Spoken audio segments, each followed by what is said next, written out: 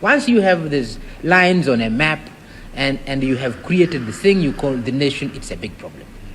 So Africa has, in a sense, missed the first opportunity, and this is the thing I said in East Africa, that in East Africa we should have become united before we became independent, before we became separate states. We should have done that. I did advocate that in 1960.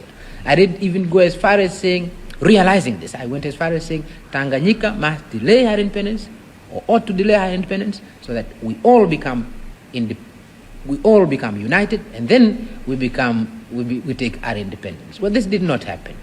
The reasons I understand, but I felt it was a great pity that we did not become united before we became independent. Hence now the difficulties. We now become separately independent, and as a result, since we are sovereign states, it's extremely difficult. Mm-hmm. And for the time being, quite frankly, we must forget the possibility of a political merger in East Africa.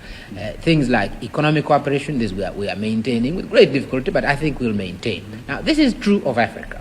If it is true on a small scale like East Africa, where we have a common language, Swahili and English, common traditions of government, because all of us have been under British rule, we have common services, we have no railways, all railways are East Africans, and all East African railways, and all sorts of things, common currency and all sorts of things running together. If this is difficult, obviously it's going to be much more difficult on the continental basis.